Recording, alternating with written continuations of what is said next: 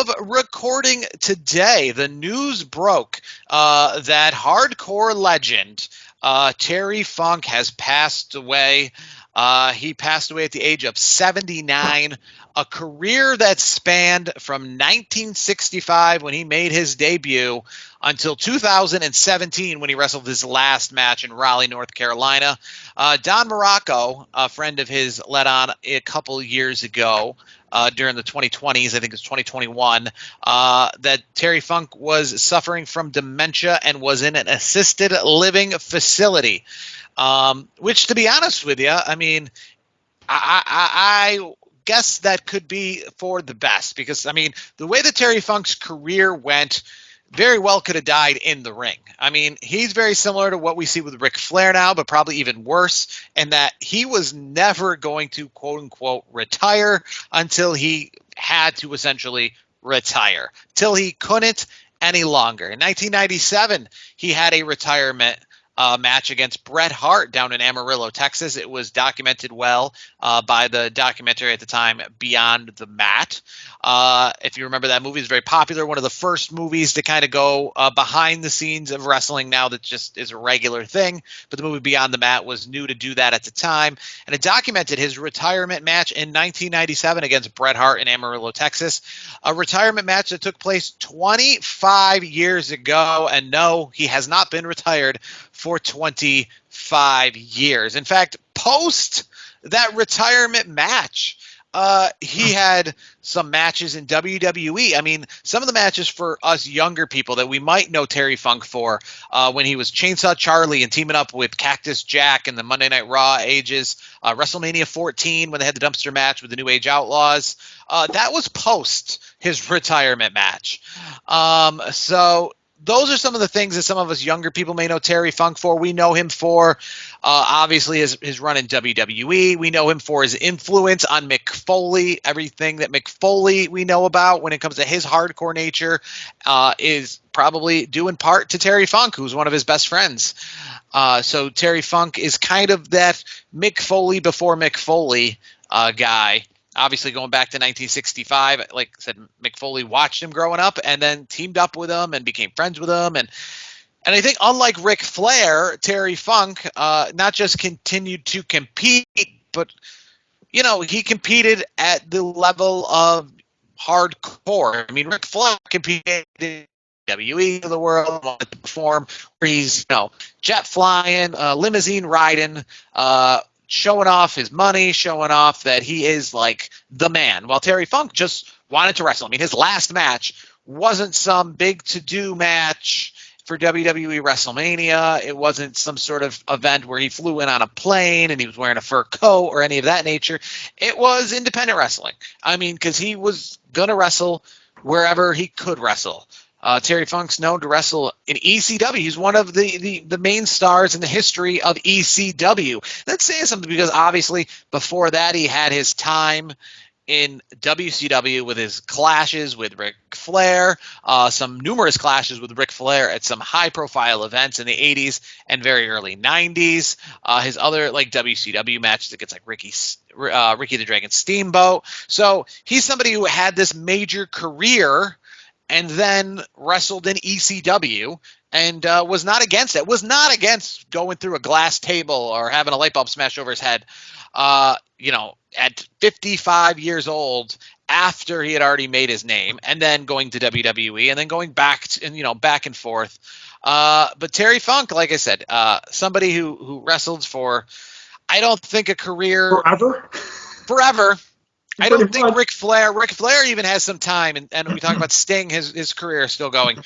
But, I mean, 65. So Flair and Sting started, I think Sting started in the 80s, and Flair started in the 70s. So Terry Funk wrestled for 52 years. Because he started in 1965 and he retired in 2017. You know, and obviously, you know, us being 80s kids, I don't remember any of those, like those days. I wasn't alive for those matches. Prior to seeing them on YouTube and different things later on. But my first memory of Terry Funk as a competitor is what you mentioned. It was Cactus Jack, aka Mick Foley. They win the tag championships against, I believe it was the New Age Outlaws, I think, back in '98.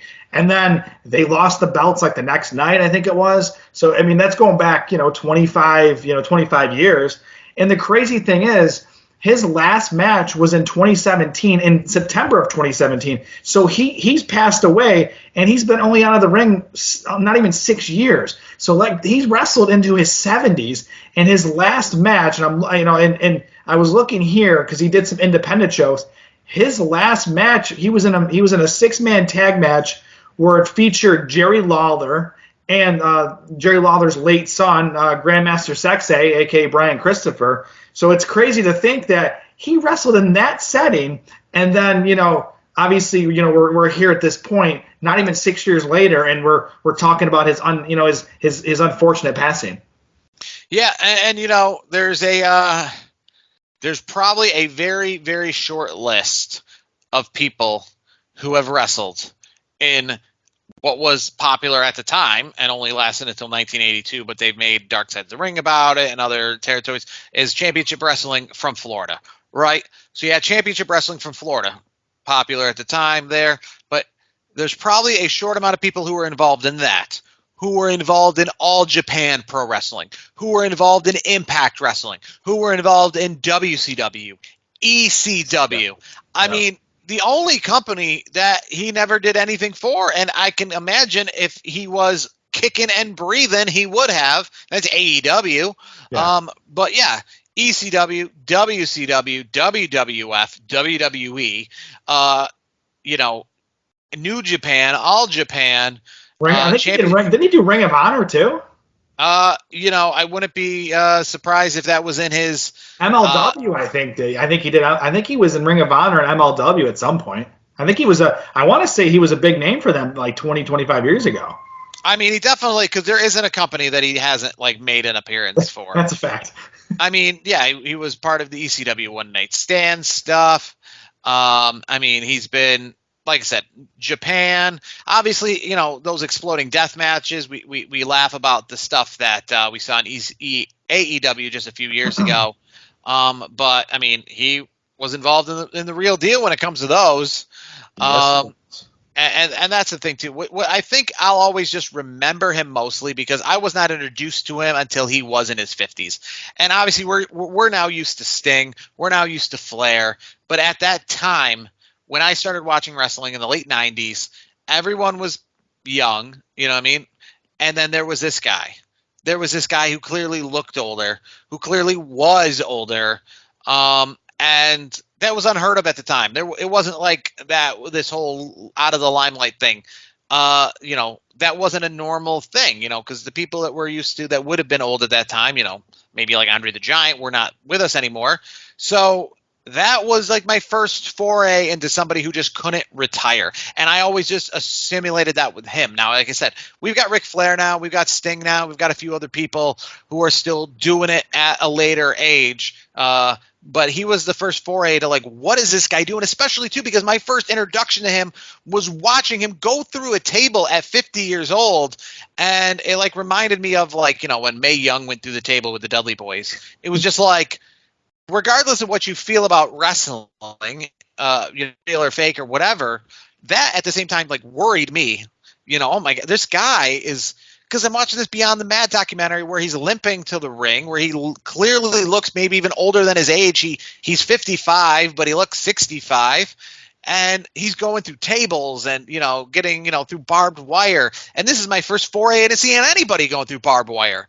So it was that'll be what I remember. I remember mostly from that Beyond the Mat documentary about them detailing this guy who just couldn't give it up.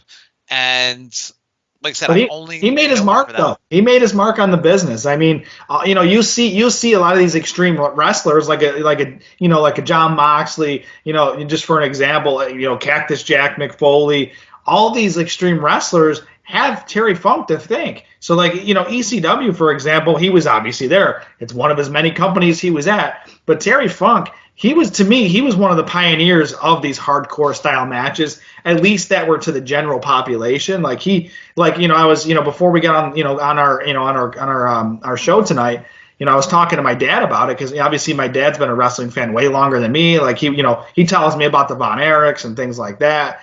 And he was just, you know, he was telling me some, you know, just some quick little things about Terry Funk that I didn't even know. It was cool to talk about it. And it's sad that, you know, how we got on topic of Terry Funk, because, you know, you kind of don't think about it sometimes because he's been out of the limelight for a while, because obviously he's been dealing with Alzheimer's is what has been reported. So it's like you're talking about him after you find out that he's passing, and you get to open up some of these new doors where you're like, oh my God, I forgot about that, or oh, I didn't know that. But Terry Funk, to me, I just, you know, on one last thought on him is, you know, he's a pioneer, and, you know, he will be forever missed from a lot of us wrestling fans, and obviously our thoughts and prayers go out to his entire family. Terry Funk, he passed away at 79 years old. His older brother, Dory Funk Jr., he passed away in 19. Well, no, he's still kicking. Don't mean to prematurely, but he is 82 years old. Dory Funk Jr. still 82 years old. He's still kicking, but obviously their dad, you know, and that's the thing too, and that's how it all started.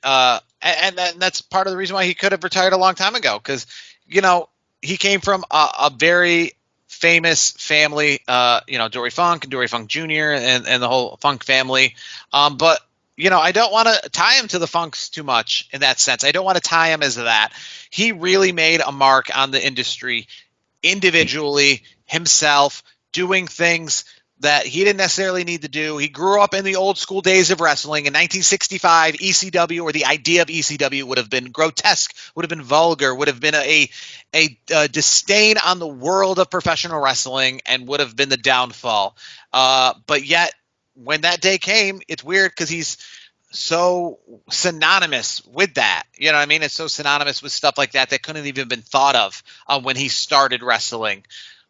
So, you know, Terry Funk, you want to tie him too much into the regular Funk family, because he definitely made a mark all to himself. But, you know, it is strange because we wonder, we talk about people like Vince McMahon, and just like, when is the day going to come of when they're going to pass? Because it just seems like they're never going to pass away. And Terry Funk, he's one of them that showed us that, you know, it's one of those. He was of a ripe age. I'll be honest. He was only 79. I know that sounds like only 79, but I mean, he just lived such a full life that I actually kind of thought he was older. And he'd been going for so long that I thought he was actually older than that. But yes, Terry Funk passed away at 79 years old. WWE's already put up a little memorial thing about him. Every company that's pretty much ever existed can say that Terry Funk had some sort of influence on them when it comes to whether it's old school wrestling or the hardcore stuff. Terry Funk, Ric Flair, and Mick Foley, two people who were kind of polar opposites in the world of wrestling, both love Terry Funk. And he passed away at the age of 79 on August 23rd, 2023.